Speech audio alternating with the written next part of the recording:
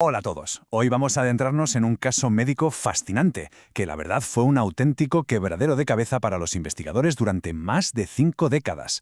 Hablamos de una verdadera historia de detectives médicos, llena de descubrimientos, de innovación tecnológica y, al final, de una victoria aplastante contra una enfermedad súper enigmática, la leucemia de células peludas. Vamos a ello. Y claro, la gran pregunta que lo arranca todo es esta. ¿Cómo demonios curamos un cáncer cuando su causa subyacente ha sido un absoluto misterio durante medio siglo? Es decir, ¿cómo derrotas a un enemigo si no tienes ni idea de qué es lo que le da fuerza? Durante 50 años, la ciencia se dio de bruces contra un muro. Sabíamos qué aspecto tenía este cáncer, sabíamos a quién atacaba, pero su motor principal, ese código genético defectuoso que lo mantenía con vida, estaba totalmente a oscuras. Sección 1. El misterio médico de la LCP. A ver, para entender lo brutal que fue este avance científico, primero tenemos que conocer al sospechoso inicial. Esta enfermedad se descubrió allá por 1958 y tiene un modus operandi muy específico. Estamos hablando de unos 1.500 casos nuevos al año entre Europa y los Estados Unidos, y ataca de 4 a 5 veces más a los hombres que a las mujeres. Si miramos por el microscopio, estas células cancerosas son inconfundibles. Tienen unas proyecciones irregulares, como si tuvieran pelitos, de ahí lo de células peludas. Una vez dentro del cuerpo, el agresor va a por todas, infiltra sin piedad la médula ósea y satura la pulpa roja del bazo. Y claro, esto provoca una deficiencia tremenda en las células sanguíneas normales de los pacientes. Pero el meollo del asunto es este. A pesar de tener toda esta información clínica, a pesar de estar viendo estas células peludas literalmente en microscopios de laboratorios de todo el mundo, nos faltaba la pieza clave del puzzle. Durante más de 50 años, la lesión genética exacta, ese pequeño interruptor molecular que encendía la enfermedad, siguió siendo un completo misterio. Y como os podéis imaginar, ir a ciegas limitaba muchísimo nuestra capacidad para crear terapias de precisión y curas definitivas. Pasamos a la sección 2, la prueba genética irrefutable. Y de repente, ¡boom!, el avance monumental llegó con una cifra que te deja de piedra. Casi el 100%. Una investigación súper exhaustiva del genoma logró por fin dar con la huella dactilar genética que el cáncer nos había estado ocultando todo este tiempo. Se descubrió que casi absolutamente todos los casos de leucemia de células peludas clásica, justo en el momento del diagnóstico, presentaban exactamente la misma anomalía genética. Nada de coincidencias, esto era la prueba definitiva de causalidad. Esta anomalía, este gran culpable, tiene nombre y apellidos, la mutación BRAF V600C. Para que nos entendamos, es una mutación somática, o sea, no se hereda, sino que se adquiere a lo largo de la vida. Lo que hace esta mutación es básicamente engañar a la célula. Imita un proceso de activación celular normal, pero saltándose la torera los controles habituales del cuerpo. El resultado es una actividad quinasa constante. Dicho de forma sencilla, el interruptor de crecimiento de la célula se atasca en la posición de encendido. Y claro, esto obliga a la célula tumoral a crecer y multiplicarse sin parar. Si bajamos a nivel microscópico dentro de la célula, vemos que hay una vía de señalización biológica que funciona como una estricta cadena de mando. Fijaos en esta reacción en cadena. Paso 1, la mutación BRAF aparece en la cima de la jerarquía. Paso 2, este jefe mutado empieza a dar órdenes a los subalternos, las quinasas MEC1 y MEC2, activándolas sin motivo real alguno.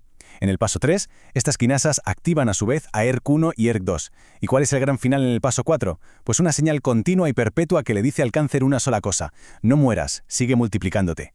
Sección 3. Detectando a los impostores. Pero bueno, ya sabemos que resolver un misterio médico casi nunca es coser y cantar, ¿verdad?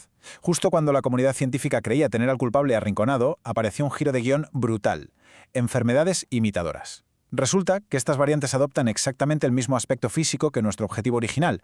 Aquí es donde necesitamos un perfil súper preciso. Por un lado tenemos al sujeto 1, la leucemia de células peludas clásica, que como sabemos siempre tiene la mutación BRAF y una puntuación inmunológica alta, de 3 o 4. Pero ojo al sujeto 2, son las variantes, como la LCP variante o el linfoma esplénico de la pulpa roja. Si las miras por el microscopio, son casi idénticas. Sin embargo, a nivel molecular, estos impostores carecen por completo de la mutación BRAF. En su lugar, a menudo presentan mutaciones en otro gen llamado MAP2K1, y su puntuación inmunológica es mucho menor. Y ojo, que esto no es solo un dato curioso para un artículo científico, esto es literalmente una cuestión de vida o muerte. Si los médicos confunden el perfil, si no distinguen la versión clásica de la variante y le recetan un inhibidor de BRAF a un impostor que ni siquiera tiene esa mutación, el tratamiento simplemente va a fracasar. Las apuestas clínicas son inmensas. Había que encontrar una manera infalible de separar a la enfermedad real de estos delincuentes microscópicos. Punto número 4. Construyendo un perfil mejor.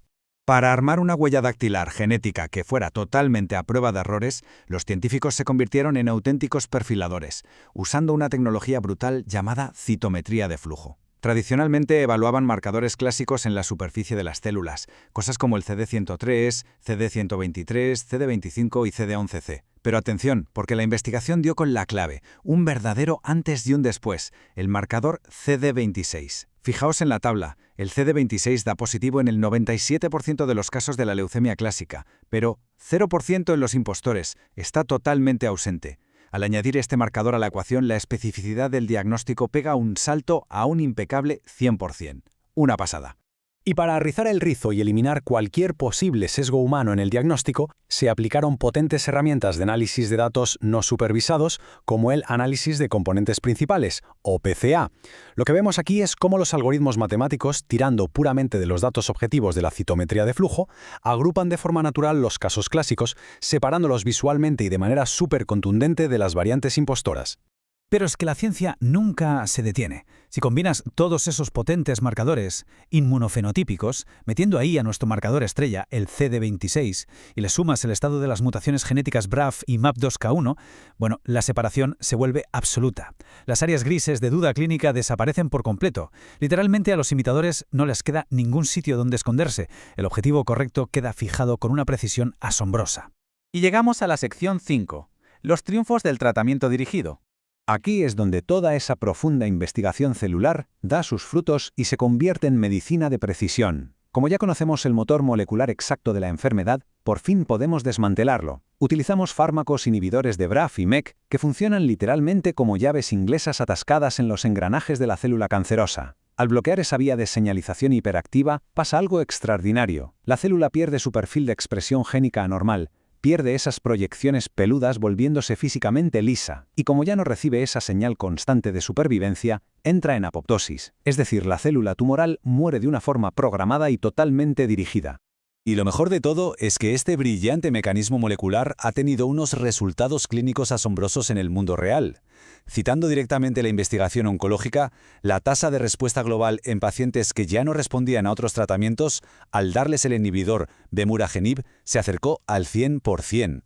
Pensadlo bien, transformar un misterio impenetrable que duró 50 años en una tasa de respuesta casi perfecta gracias a una sola diana genética, la verdad es uno de los mayores triunfos de la medicina moderna. Hoy por hoy, el panorama clínico es muy esperanzador. Estamos hablando de que se consiguen entre un 35 y un 40% de remisiones completas, y los pacientes que alcanzan esta remisión disfrutan de una mediana de supervivencia libre de recaídas de unos impresionantes 19 meses. Pero ojo, que la investigación no descansa. Para prolongar estas cifras y mantener a raya la enfermedad a largo plazo, ya se están trazando nuevas estrategias para el futuro, cosas como combinar los inhibidores de BRAF con bloqueadores adicionales de la vía MEK o incluso integrar inmunoterapia avanzada. Así que se ha cerrado un caso que permaneció sin resolver durante medio siglo, identificando la mutación causal y diseñando armas de precisión quirúrgica. Pero sabemos que el cáncer es un enemigo evolutivo y sumamente adaptable. Por lo tanto, la gran pregunta que queda en el horizonte es esta. Con estas nuevas herramientas, ¿cómo se va a preparar la comunidad científica para ese momento inevitable en que estas células muten nuevamente e intenten resistirse a nuestras terapias más avanzadas? Y es que nos recuerda que en ciencia médica cada gran respuesta es casi siempre el pistoletazo de salida para una nueva indispensable pregunta. Gracias por acompañarnos y nos vemos en la próxima explicación.